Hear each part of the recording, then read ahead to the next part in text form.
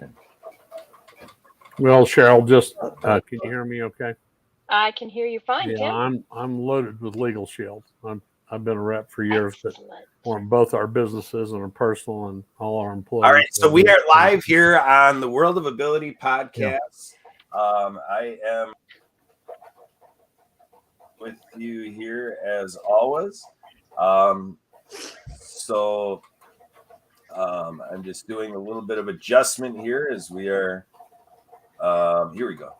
So we are being simulcast out in multiple directions today because we have podcasting partners of Transform You Media Network, and we have the PAC channel with our friend Zach Clayton, and we always are giving great kudos to the great work being done by the Disability Channel. So the World of Ability vodcast show, video streaming out through Facebook Live, YouTube Live, and then syndicated out to our podcasting partners. We are on many platforms. So we have many of them are with the video and some are just the audio portion. This show was created July 26, 2020 as an expansion of what I set out to do from radio. River West Radio, riverwestradio.com. We still do live shows, 7:30 Central, 6:30 Mountain Time, 8:30 Eastern Time. So again, riverwestradio.com. That is Ability MK Now radio show, 29 minutes of power-packed radio programming, all with the same idea, World of Ability and Ability MK Now, all structured to find discussions, talk radio, talk videos, conversations, talk shows, speaking from the perspective of people with disabilities. So we hit the demographics of people with intellectual and developmental disabilities, the deaf community, blind community, people with physical disabilities, those living in chronic pain, everyone with a mental health diagnosis, and those that have a goal of substance use reduction. And in a year of programming with these shows, we try to be expansive, a little bit of lifestyle development. We look at faith life, service life, lifelong learning, what we do in our civic duties, our patriotism, what we do in participating with politics and government and agency work. And then we have being productive members of society in our economic realm, business, being employed, being a part of the workforce. So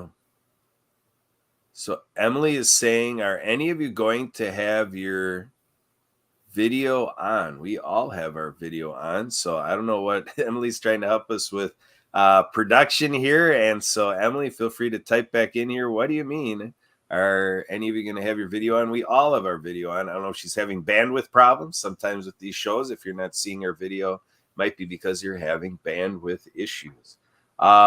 So again, we also want to make sure, again, in a year program, not promising it here today, but we like to talk about the fun things we do in life, hobbies, pastime, leisure activities, travel, sports, recreation, therapeutic activities, and so forth. So there you have it, the backdrop. And again, my name is Kurt Roskopf. I do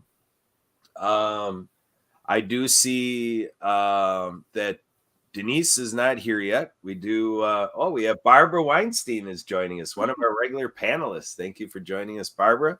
Glad you can make it. Denise is on a tentative possibility of not knowing if she's going to be able to make it before the end of the show or if she will slip in here and make a cameo appearance. So if we miss her today, please know that she is juggling things as of the moment and not sure if it'll work out. And then we have Mariana Waikiki. I'm not sure if she'll be able to make it on today or not. But we have a few here. We have Sheryl Scott from, representing LegalShield and ID Shield from Prepaid Legal Services Incorporated. We have Tim Richardson from Hope Advance. So we're going to dive in here a little bit from Prepaid Legal Services Incorporated, the idea of LegalShield, ID Shield.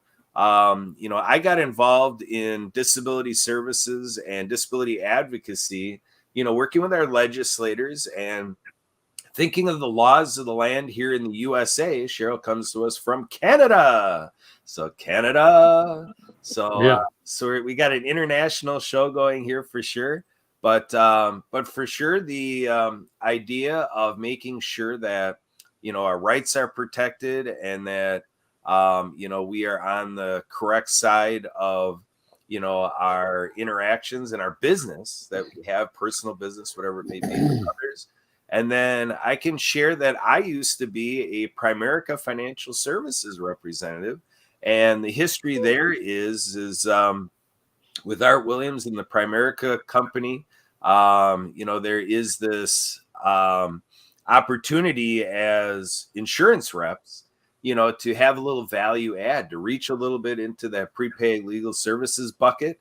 And they have something with Primerica that some legal services are available on the financial. Sometimes it works nice that they're kind of coupled, bundled together. But Sheryl, before we get too far into the products and what it all is in the company, I want to learn a little bit of your story, Sheryl, because there was a day, however long ago, I want you to start from before Prepaid Legal Services Incorporated. Before you knew about any of this, what was your life like? What happened that you got introduced to this? And how did you get won over to the point that now you are representing the products? Take it away, Sheryl. What's your background to this? All good questions. This is actually career number 3 for me. I started out in advertising, helping employers hire. So I specialized in help wanted advertising prior to the internet. So that kind of gives you an idea where my age range is at. Transferred from there into career development. So I was career coaching initially students to help them start their careers, and then was working with a government agency helping unemployed adults for a dozen or more years, which was very eye-opening to sort of beyond the front lines and be a service provider that was funded by the government, mandated by the government, but we ourselves weren't necessarily government employees. So it really gave an insight, and we served pretty much everybody that was not a full-time student, and was a resident or landed immigrant in Canada. So it was a huge population, including those with disabilities and the homeless and seniors and youth and you name it, all over the map. And as I say, it was quite eye-opening. There was many people who learned how to navigate the system and perhaps get more than they were entitled to, more than they deserved, more than they needed in many cases. And on the flip side, there was an equal, if not larger, portion of the population that either didn't realize there was help out there for them, or for whatever reason didn't fit into the government guidelines and slipped through the cracks, which was very, very disheartening. So I loved what I did. I wasn't necessarily loving where I was doing it. And I don't know if it's the same in the United States, but up here in Canada, when you do anything associated with the government, you spend way more time doing paperwork and attending meetings than you ever do helping people, which is also super frustrating. So as I say, I loved what I did. I wasn't necessarily in love with where I was doing it. A friend of mine told me about LegalShield. My husband and I needed our wills and powers of attorney written, and $30 a month sounded way better than the $1,100 we'd been previously quoted by a lawyer. So we signed up for the service, not expecting to use it for much else, because we were good people. We didn't use lawyers. Well, we didn't use lawyers because we couldn't afford lawyers. When you think about the wealthy few, they don't do anything without talking to their lawyer. They don't sign anything without showing it to their lawyer. Well, now we get to do exactly the same thing. So we learned how to use it proactively and to our advantage to make sure our rights are protected. If you don't know your rights, you might as well not have any. And that's an unfortunate situation, but a reality for many, many people, particularly in the disabled community. They just don't know what and who is out there to help them. So anyways, I digress. Back on track with the story. So I was working at the time. LegalShield found me. we fell in love with the service. So naturally, I started recommending it to folks. And my friend thankfully circled back and said, "Hey, crazy lady, stop handing out my business card, join my team, make some money. You need a side gig. You know, sooner or later, your job is going to end." Well, and it did about 3 years after that. Funding got cut, my job ended, and I thought, well, here is plan B. I love to help people. And now with LegalShield, I get to do it in way more ways besides just employment. So that's kind of how I got started. And I mean, as I say, I love helping people, and it's the happy ending stories that really won me over. I love hearing the happy endings. No matter who it is, if they can get questions answered, documents reviewed, um, when it comes to things like lawsuits and divorces, the people that win are often the ones with the most money. That's just the reality, right? We call them the last people standing, and that's just unfortunate and unfair. So with LegalShield, we can bring a little bit of equality and fairness, not a little, a lot of equality and fairness into the playing field. So there you go. That's my story. There you go. Great story. And yeah, so as we are in this people business, and when I talk about disability services, can easily transcend us over to health and human services. And so on Tim's side of the equation, there's a little slogan that Hope Advance goes by in terms of stories of some people. They present sometimes as broken, busted, or and disgusted. Yeah, that's right. So before we get into all that, Tim, you made some comments about that.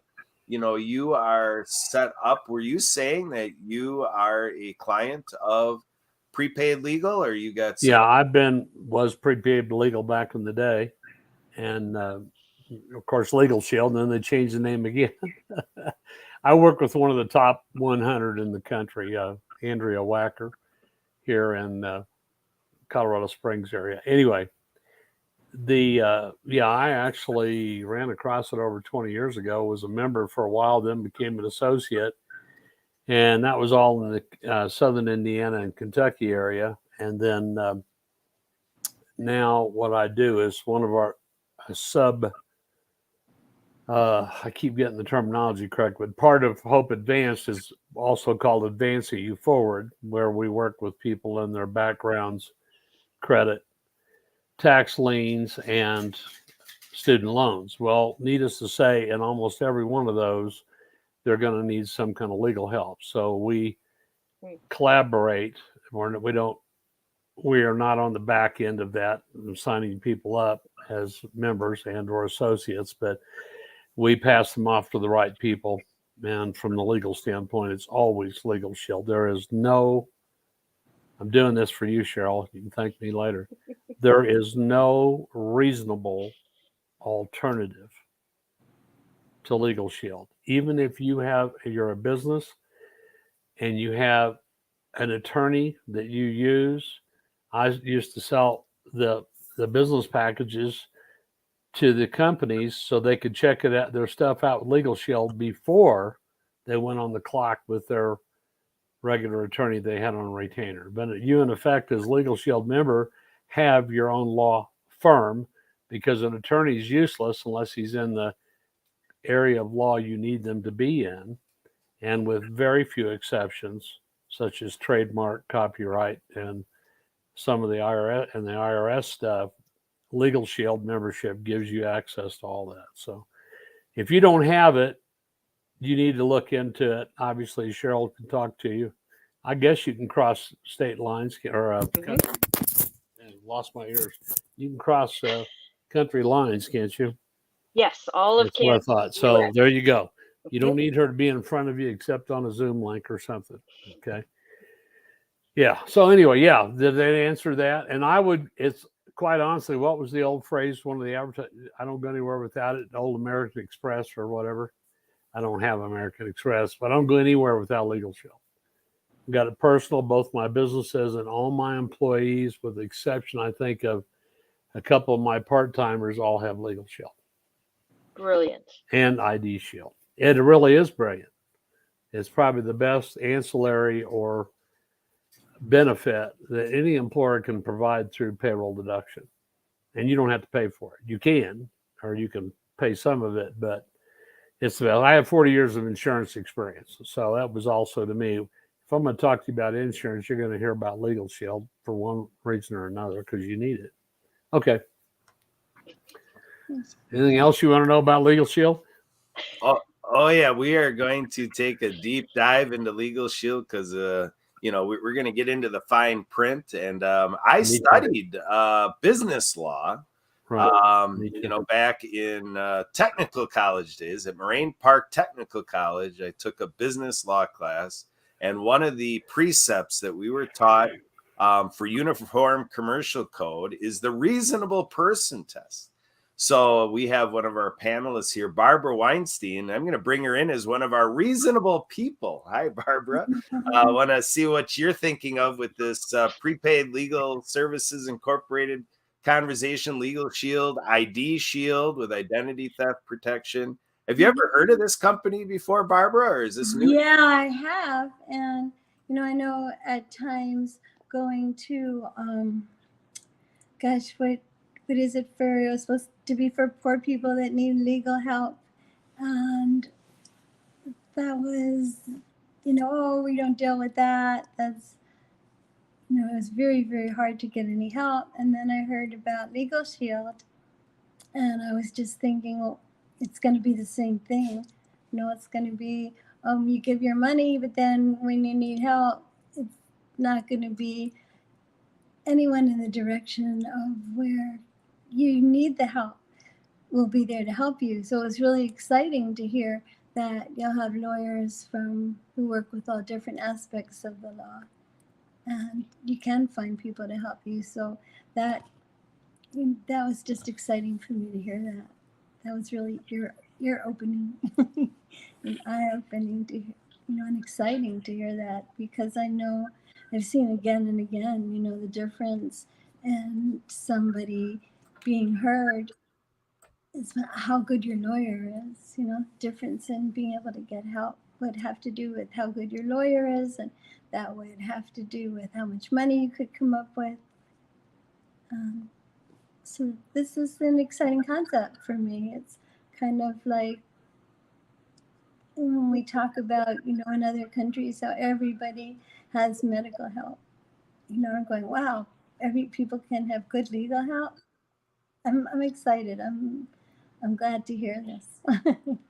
That's where I'm coming from. Yeah, and this is an interesting dynamic because Prepaid Legal Services Incorporated, the idea of prepaid legal services like this started disrupting the marketplace 50 years ago. And it's easy for me to remember because I happen to be 50 years old. So it's been around all of my life. And but I didn't learn about it until about 25 years ago. So half of my life went by before I even knew about this marvelous company. So there you have it there. So many people are still learning about this company. Do you experience that, Sheryl? That absolutely.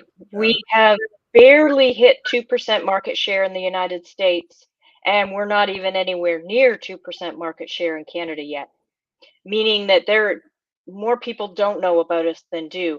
And that's one of the, there's pros and cons to everything, but that is one of the challenges when you rely on word of mouth marketing. Now, social media, of course, is helping, but how could we put all of this information on a billboard? Even a magazine ad, there would be just far too many words. People wouldn't read it. So word of mouth really is our best form of advertising, and yet it's also the most challenging because it takes time to reach everybody, right? So we're not even at that critical point yet where we've become a household name, but we look forward to the day when we do. Interesting fun fact for everybody, when prepaid legal started back in 1972, it was originally called the Sportsman's Motor Club. Mm-hmm.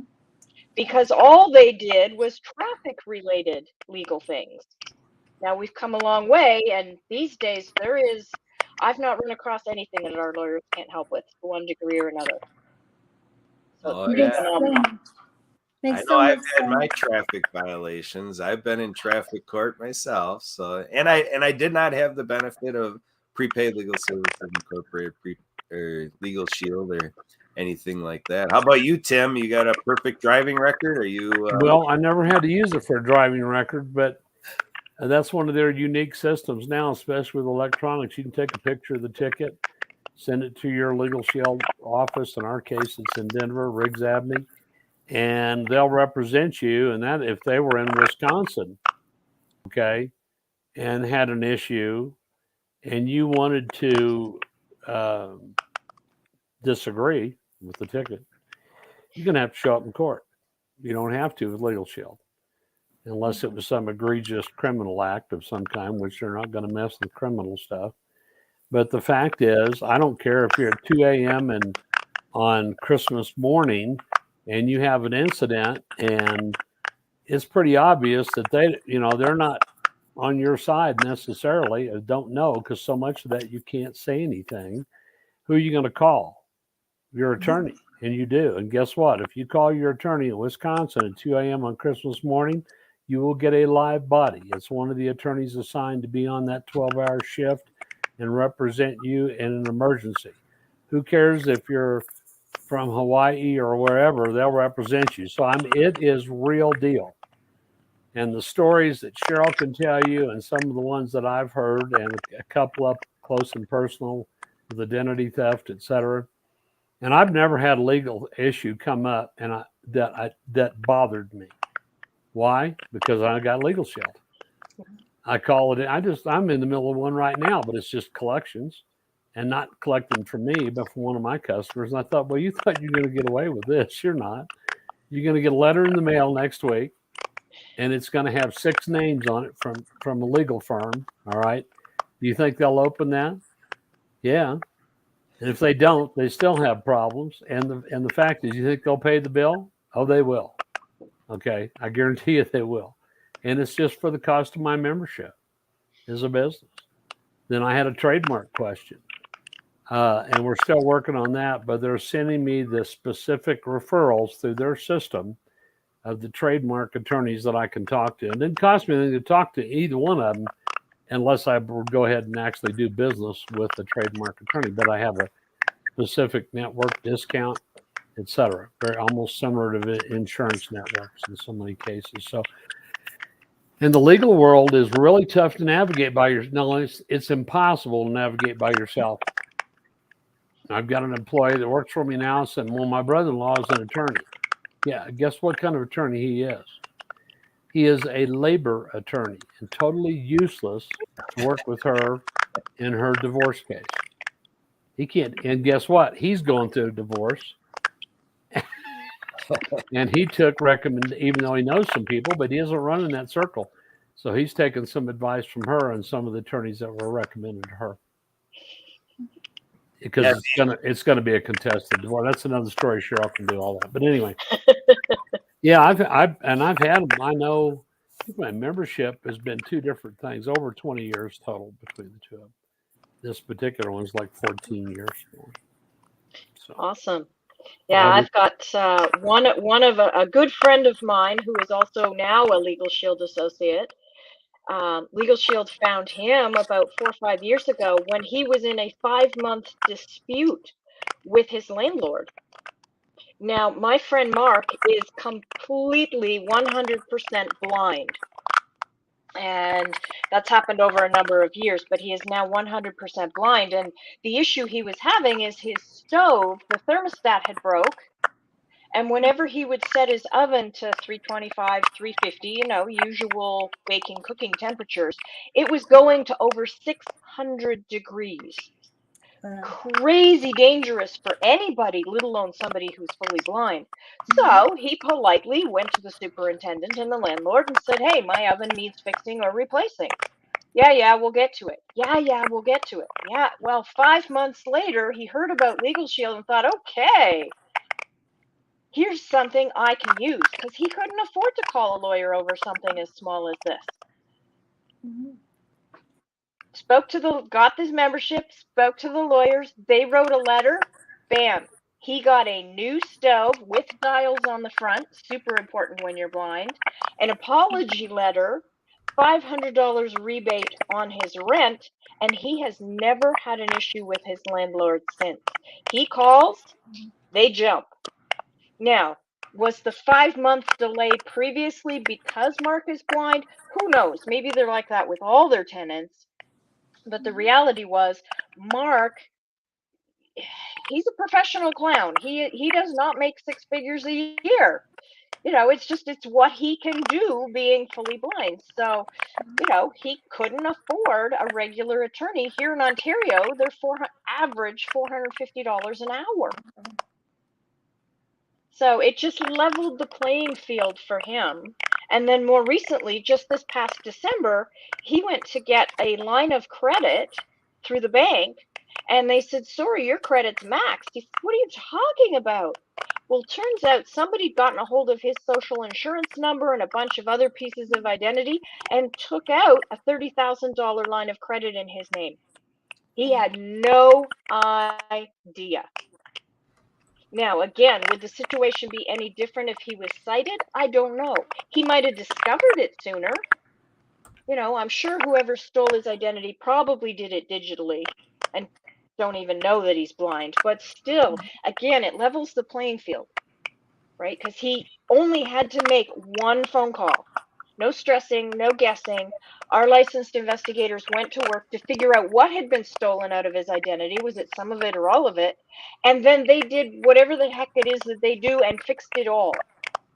The beautiful thing was Mark didn't have to stress, and he could get on with his life in the meantime. Didn't have to, email 60,000 people and make phone calls and sit on hold and all that nonsense. They did it all for him and repaired his credit score, which he had no idea had been severely damaged by this.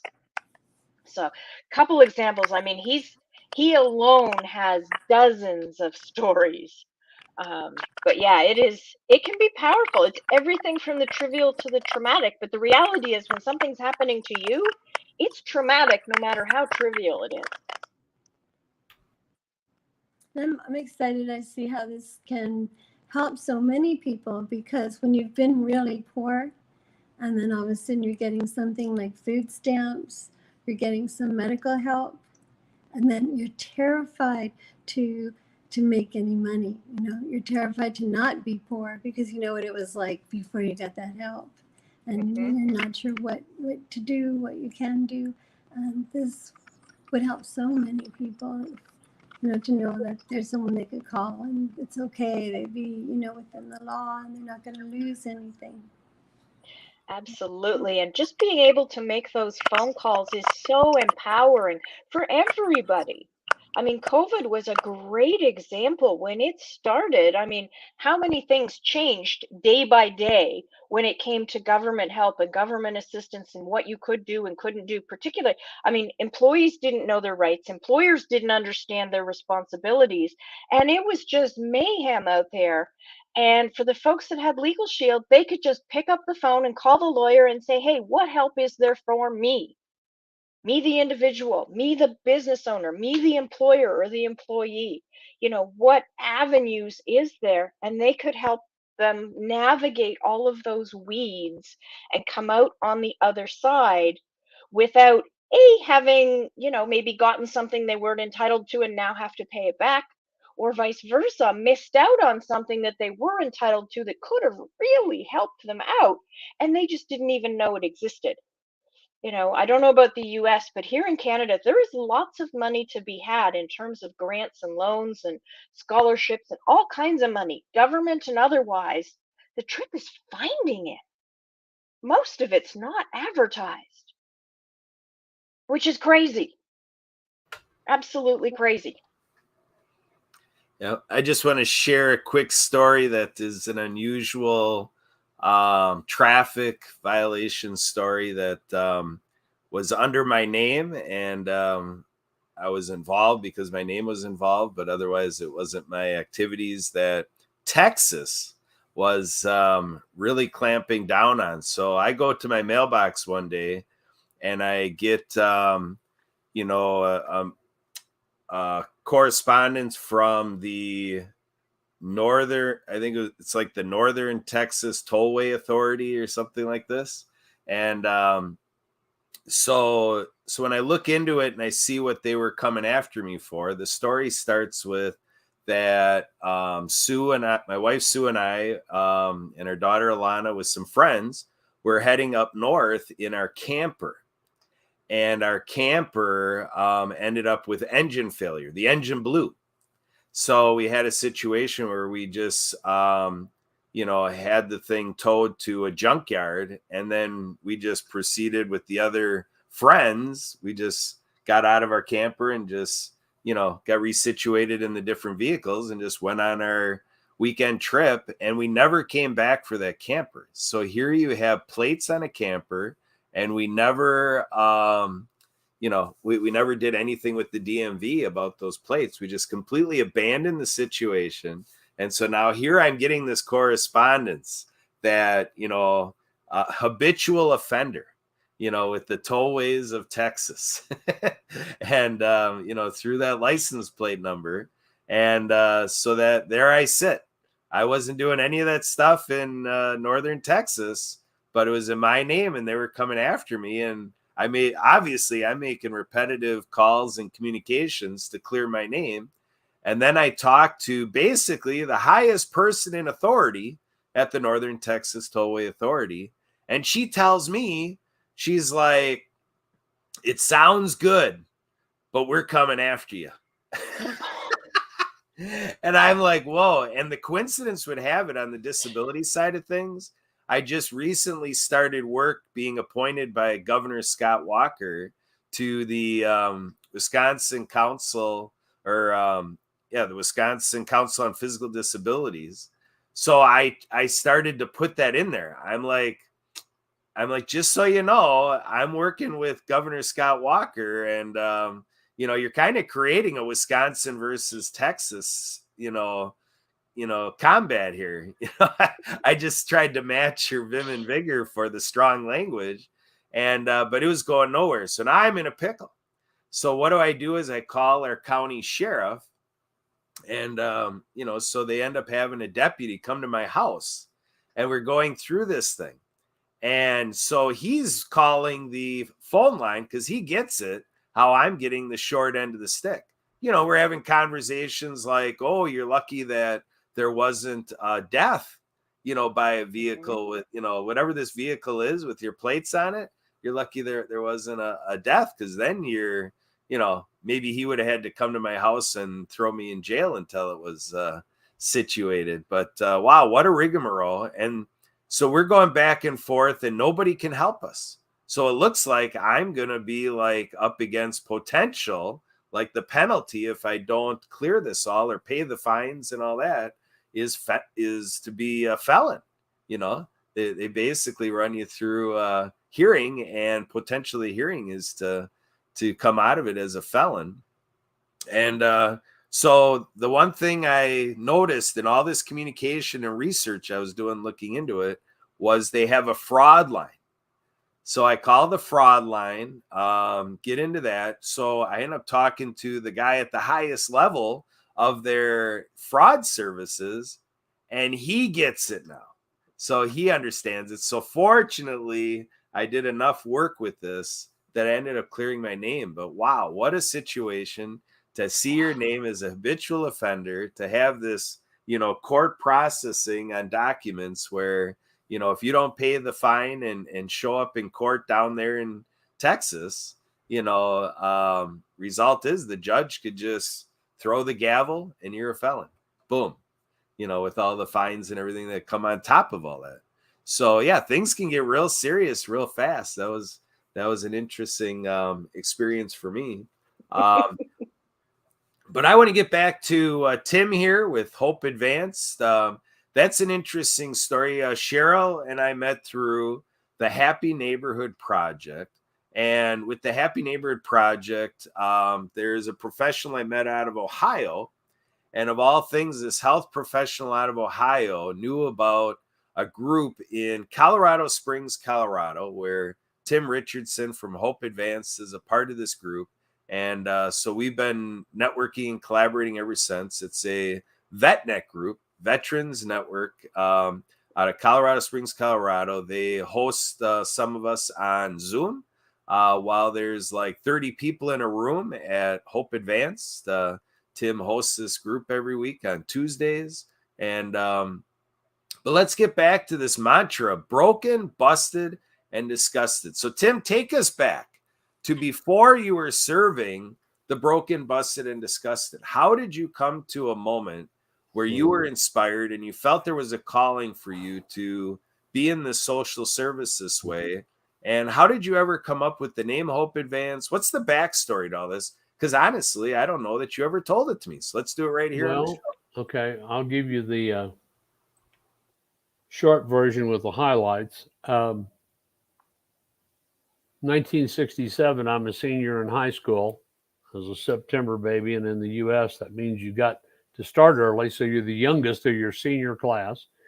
Well, I had great grades about ready to come out in fall of 1967, 3 Fs, 2 Ds, and an incomplete. So I had a little discussion with my dad, and I said, look, let's end the pain here, sign off, let me go in the military. And this was in the middle of Vietnam. And what I was really telling him was I've been suicidal for years, and I don't have the guts to kill myself. Not sure that takes guts, but anyway. And that led into a situation where I ended up getting some psychiatric help, which was no help, I might add. But in the midst of all that, December of 1967, I had an encounter, a supernatural encounter with this guy is a good friend of mine. He's named God. And he said, you're to live, if for no other reason but to help other people. So that was the beginning.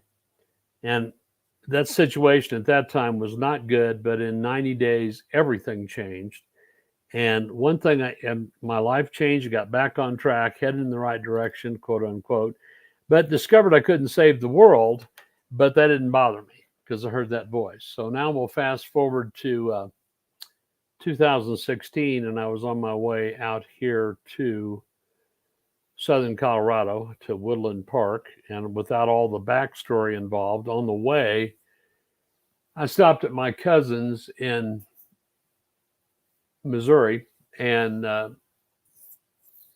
one of the backstories there is 10 years prior to that, in 2006, her husband had died suddenly of a heart attack.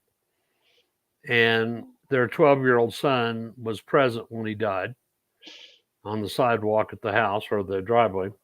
And within 2 years, that young man, whose name was Kyle, was a roaring alcoholic. And now it's 2016, 10 years later. Okay, so we'll just keep moving the calendar forward. And I had discovered, I saw him on the way to Colorado from where I was coming from, which was in northern Kentucky. And he was sober, had a job, and he was out of rehab for the 15th time in 10 years. And this was a forced rehab because 6 months prior, he'd gotten clean again, got caught stealing stuff from his girlfriend. And of course, they just nailed him, and he should have been. And 6 months jail, he comes out. Highly intelligent kid. I'm brought up in the right family. He had everything going for him except that incident in his life where dad died. And that he didn't handle that well, needless to say. And everything that was done, he still ended up, here he is 10 years later. So I saw him September 2016. The very first part of December 2016, I get a call. My mother's down with a stroke in North Carolina. I could tell just based on the circumstances she had a prior minor one, but this was probably not going to be one she's going to recover and stay at home. So I got in my car and took off for North Carolina from here, and I stayed at my cousin's. Said, how's Kyle doing? She said, well, he's been doing really well, except I haven't heard from him in the last 24 hours. Which was unusual. There'd be some kind of communication. Could be a text, a Facebook, whatever. But anyway, so we ate dinner. I stayed with her, got up the next morning, and I knew that something was going to take place that day. I didn't know what it was. I'm not going to get into all the stuff, except I knew I was supposed to pray, and I did. She got up, and then I just shared with her the fact that things were going to change from that day forward, not knowing what that meant. But 8 hours later, she called me while I'm on the road, and he'd gone down with fentanyl and meth. He'd already died twice, and then he was fully intubated in a vegetative state, and that was December of 2016. And in February of 2019, we buried Kyle. And essentially, he never recovered. He was always on 100% care, either in a wheelchair or in a bed. Okay. So there's part of this story. But in 2018, because I was involved with someone else helping them in a ministry, quote unquote, nonprofit ministry, they wanted me to be on their board. So I did some background work and knew of an organization which is called New Horizons Foundation, which is who we're part of, and discovered the best place for them, the best situation for them to go is to go ahead and work with them. Well, they decided not to. And that was an indicator that I didn't need to work with them either. And it turned out his wife was a bad actor, and that's a whole nother story, but that's over with. So in September of 2000, I'm answering all your questions here, Kurt, of 2018, I heard that voice again like I did when I was 17. I knew it. Said, "This is yours." And it meant I was with the vision that I had, because I was going to help support that ministry in some way, shape, or form, start this. And then a month later, I heard exactly what the name was going to be. It was Hope Advanced. So, and then January 2019, we officially became Hope Advanced. But the other story in between all these stories is the secretary of the New Horizons Foundation was a friend of mine, as it turned out. Saw her in November of 18. This all happened in 2018, and was there discussing helping another individual start their nonprofit, which was working with people still in jail, but as they're coming out, jail and prison. And I was going to front the money for them to be part of that foundation in 2019. Well, right after that meeting, within a couple of weeks, I got a call from the lady who was my friend and secretary of New Horizons. And she asked me, she said, "Do you know my daughter, Megan?" And I go, "No, we didn't know each other like that. We knew each other on another basis, but not personally." And this will lead to the rest of the story here. But she said, "Well, Manitou Springs, which is a little suburb of Colorado Springs, police had called her, and they found Megan 10 days dead in her apartment." Now, Megan was 33 years old, mother of 5 boys. At age 30, 3 years prior, she went off the rails. She became a broken, busted, and disgusted.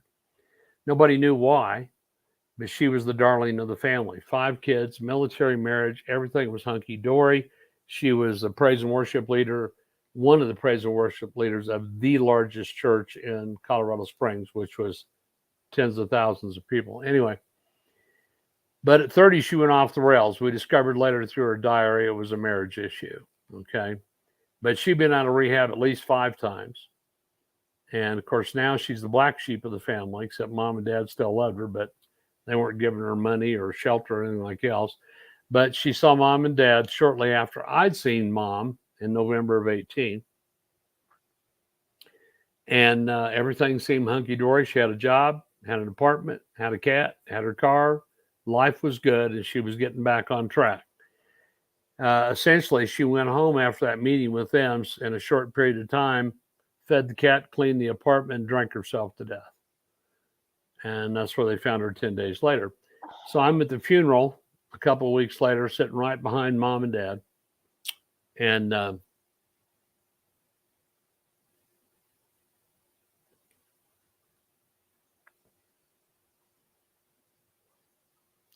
mom said, "You know, if you were doing what God's called you to do, we might not be here now," which was not any accusation. It was just, yeah. So And there was a lot going on in my life then too. Ending the marriage, didn't know I was going to start another one. But officially in January 2019, Hope Advanced hit the deck, and at least on paper. And February, it's so funny. The second week of March 2020. Anybody remember what happened about that? That was when COVID became the real deal here. And I won't go into all the back details there, but COVID shut everything down, and I opened my doors at the office of my friend who had with LegalShield, who had extra office space available. We made that deal on February 29th, not knowing COVID was even a thing. And now she's going to be renting office space for me here this fall in a new location. But now, Hope Advanced, the 30-second elevator speech is we work with the broken, busted, and disgusted. So people are referred to us by people who know who we are. And at no cost, no obligation, we help people navigate to their next best steps, essentially a blank sheet of paper and a pencil. And as part of that, our sub project, as we refer to it, is advancing you forward, helping people with their credit, their background, as well as tax liens, because we work with an enrolled tax agent, and also student loans. So that's what we are. And now we're getting ready to move into a new location and start another part of our, call it another sub project, called it Hope Advanced Arise. And that's because of Kurt, knowing him. And one thing led to another. We may collaborate with another group, but what we're going to be doing is helping people find out how to get online jobs. The majority of that will be disabled veterans, but not exclusively. And then we're providing a space and a place and the bandwidth for them to do their jobs. So there it is. Very good. Thanks, Tim. Thanks for sharing all that. Wow, what a gripping beginnings that you've had. And yeah, it's been amazing in my life trail of the last 15 years. Going back 15 years ago, I was hauled away in an ambulance, and I had kind of one of those, hey,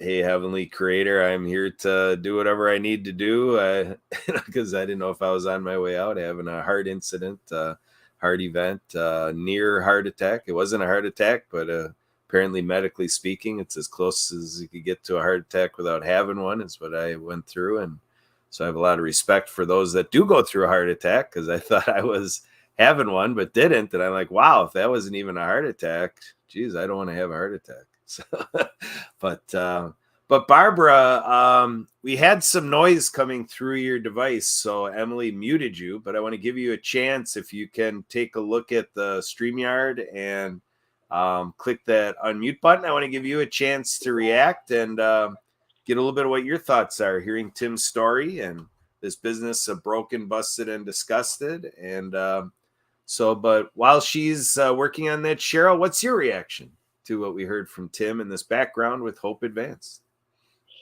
Wow. It just reminds me that, what we see on the surface, there is usually not a simple backstory, not a short backstory, but a whole lot of things that come into play when a business or a not-for-profit is started. And we often hear the story behind the name or sometimes the founder, but not all the details that go into play. And yeah, you just think, what if something had been different in each of those folks' lives? What if? What if? And, it's easy to cast blame or even feel guilty and think, but you know what? Everything happens for a reason. Sometimes that reason isn't immediately apparent. Sometimes it appears later. And you know what? It's all just learning experience that we can take forward and help folks in the future in whatever way we can. That's all we can do. Can't change the past. Can't predict the future. We can just be our best selves today and contribute in the best way that we know how to help as many people as possible.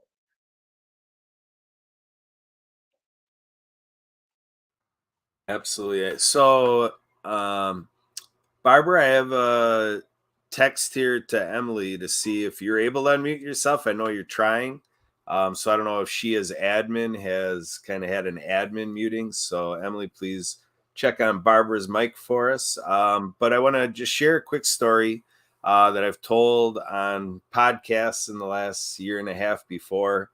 But it's one that kind of hits this area of what we're talking about with other people and just the stuff that people once in a while have to go through. But this was even simpler. This wasn't even like anything magnificent of the reflection it gave me on what a set of people can do to an individual, or what society, the effects society can have on a person. And this is something I love water skiing, and we practice our water ski show on Tuesday nights. And I came in out of the water, skied on up. I grabbed my skis and I'm ready to try. So when I come up over to my left is where I run over to get back to the staging ski area. But instead of doing that, I looked out the corner of my right eye and I caught somebody looking, and I'm a show skier. I put on water ski shows. So it's like when people are watching, I mean, that's the thing, when you have an audience. And we even have a guy from the Tommy Bartlett, era of things, his mantra was never waste the crowd, So I think that was a little contagious. We kind of have that mantra. So, all right, here we have a gentleman looking on. And I looked at him and I said, hey, did it look like we did anything okay out there? Like, did you like anything we did? And just wanted to see, what kind of positive vibe he has about watching us water ski. And he showed that he enjoyed it. And I asked, what do you enjoy out on the lake? Do you fish? Do you ski? Do you do tubing? What do you do? And he shared some stuff with me. So I got the idea he likes being out at the lake. And I'm like, well, what about joining our ski club? And I put a little bit of a pause in there because that's what it was. And it was a lot longer of a pause, but I was relentless. I just stood there and I just looked at him and I gave him body language. And I asked the question because I'm thinking the response you have is going to be meaningful. Like, I just have my ears going, my mouth, I zipped it shut. And the only thing he could come up with was, I thought you had to be somebody.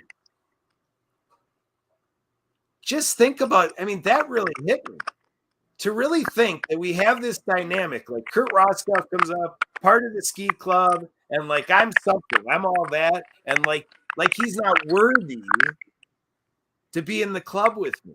Like there's this differentiation. Like I'm at a class higher than him, and like he's like not even in that situation where he could, in his mind, he's thinking he could not be in the club.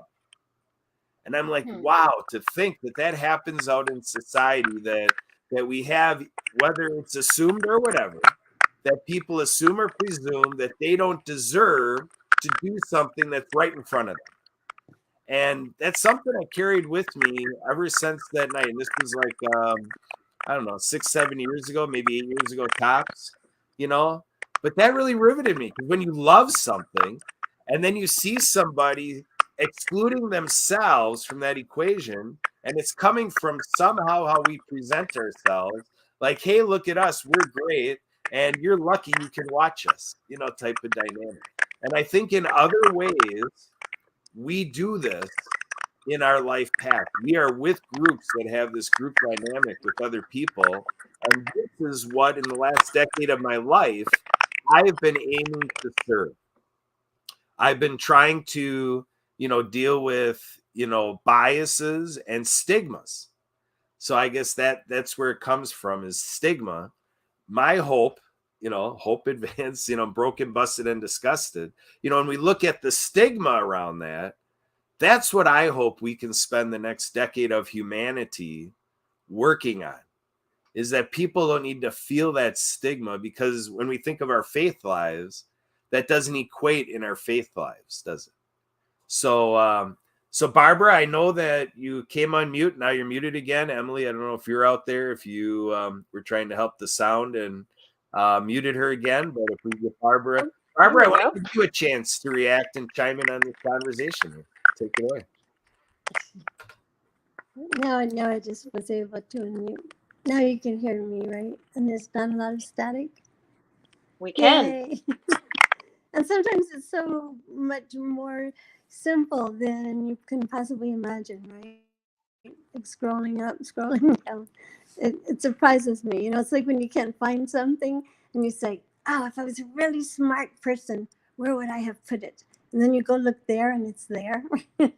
I love, when things like that happen. I'm realizing, the way this is a smart person, this isn't, and just realizing, just taking a deep breath, and letting yourself think again. And it just, I can't wait till so much of the excitement in the air around us, like at a football game, or at a boxing match, is actually coming from people realizing that they're so much smarter and more capable, and life becoming more fun for people, because that's the healing that we need to do. It's not that far away. It's not so much farther than like a warm touch and compassionate words, or learning these little tricks. So Kurt, I'm trying to remember what is the question that I'm responding Well, to. I just wanted to give you a chance to share any thoughts that may have come to mind as Tim was sharing the backstory in terms of his calling into Hope Advanced and the program he does for the broken, busted, and disgusted, and even with listening to Sheryl talk about what this human services stuff is. What are your thoughts? What does it bring to mind for you?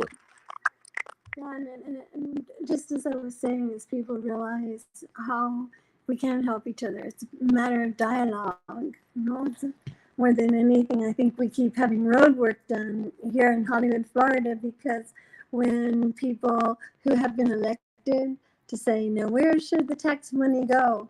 And they really don't know. And so, well, there's a pothole, on the street. People can always come up with that. But when we really start talking to each other, like I was talking to someone who worked in garbage cleanup, for the city. And he was saying, just like the lifeguards were saying, if the people who are voting where the money should go would talk to the people who are dealing with those subjects, they could learn so much. And I know when I was wondering about the 5 children, right, you said this woman had 5 little boys, right? She was just 33, so they had to be really young. And, what happens to these kids? Where do they go? And we found out in Texas that like children that are taken from a mom, and this is terrible when she's having trouble keeping up and her children are taken from her, and then she has to come up with support money for these kids that have just been taken from her. And what they started doing there was realizing that the kids would go like to a grandma who was poor and already very overwhelmed. That expression that you were just using is feeling like that. Well, these nurses from hospital there realized that that's too much for that grandma. That's too much for these kids. So somehow they got the funding that they could go around and they could be helpful, helping the grandma know how to handle certain situations, or finding out what the needs were, and just made such a difference.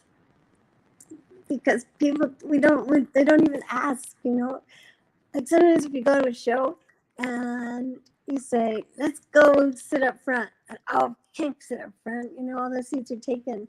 And they'll say, no, actually, most people think that. And if you go up front, you usually find some seats there, because that's what people are feeling. But when we really can start communicating with each other, like they started this program in Texas, made a big difference to the children and to the grandmas who were taking care of them. She no longer felt like so alone and overwhelmed. This is what this show is meant to do, right? Just get that dialogue happening and get these movements happening where we really are doing things to help. And I don't know about the Hope Advance. I know something was happening for veterans, and And I really need to have the, pays to advertise so much more clear for people like me. Where is it happening? And, how can you get there? And do you bring a tent? And how many days? And what's needed? And, If I can just chime in here, please. our mantra is not we got it all figured out, but together we can help people get to where they want to go. If their head and hearts are pretty much in the right place, you don't push them, you don't pull them, you walk with them. And then so much of it's just the lack of information or the right information or the right connection, if you will. So, Kurt, there is a website called Care Portal, Portal. It doesn't exist in all the states, but it really speaks to what Barbara was talking about. Locally in Colorado, there is a side nonprofit called Beautiful Redemption. I know the founder of that, director, his name's Mike Worley, and he's part of the overall organization called Care Portal. So if you get a chance, you may look at that and let me know if you want to reach out to him or some others, because it really speaks to what Barbara's talking about. Okay, people just don't know exactly where to go with some stuff. They want to help, and that's what Care Portal is. It's they work a lot with foster care families. So if there's a need, and there's a lot of people that are interested in knowing what those needs are, who have said, we would like to, we can, we want to help, but we need to know what to do and where to do it. Okay, we already figured the why out. Okay, it's just, and so if you've got 1,000 people in the country willing to do that, but yet there's tens of thousands of foster care families. So if you have 10,000 people that want to get involved, or 100,000, it's a lot easier to get it done. It's not on one person or organization. Okay, that you made me think of that, Barbara. That's why I wanted to. But it's also Beautiful Redemption, and then you'll see Care Portal is, I think, the overarching part of that. But if you want to follow up with Mike Worley, which would probably be a really great person, I'm connecting him with a bunch of people this week. It's really a good organization. Are you seeing it? No. Yeah, possibly. Yeah, I found careportal.org. It says the Global Orphan Project. So I know that's a different. Yeah, that's probably part of it. And his is Beautiful Redemption. So his particular piece, they're working with churches, businesses, and individuals. Not to get money from them, just for people that have resources that do want to help if they just knew where they could. Does that make sense? Yeah, so when I found Care Portal, I see it as careportal.org. When I search for Beautiful Redemption, I find a beautifulredemption.com, connecting kids in crisis to a community that cares. That's it. Okay, so that's Mike Worley. All right. Great. I don't know where that'll go, but if you click on Beautiful Redemption, it'll show a picture of him real quick in the background. This super guy, over 30 years in the ministry, and then he worked obviously in the outside world as well, quote unquote. I mean, now this is what he does 100% of the time. Okay. Well, very good. We got that extra nugget in there. That's the end of this episode today of Good World of Ability podcast show. And so thank you, Tim Richardson, for sharing the Hope Advance story, and Sheryl Scott, your journeys with Prepaid Legal Services Incorporated, bring us LegalShield and ID Shield. And again, I'm yours, Kurt Roskopf, hosting the show, covering for our co-host Denise Vargas, who we look forward to having back next week, and potentially again Mariana Waikiki, one of our regular panelists, and Barbara here coming in here to help me with the teamwork of this, the World of Ability team. Folks can feel free to email me at my radio show email, abilitymknow@gmail.com, or with the Disability Channel. I have Kurt at thedisabilitychannel.us. My phone number is 262-372-1754. Feel free to call or text me. that'll do it for us for right now. With the Shalom, everybody. Shalom, Tim. Thanks again for being here. Can't be here next week. I got to be at a picnic. Sorry. Okay. Enjoy. See you soon. Thank you. You bet. Take care, everybody. Yeah. Thanks, Sheryl. Appreciate it.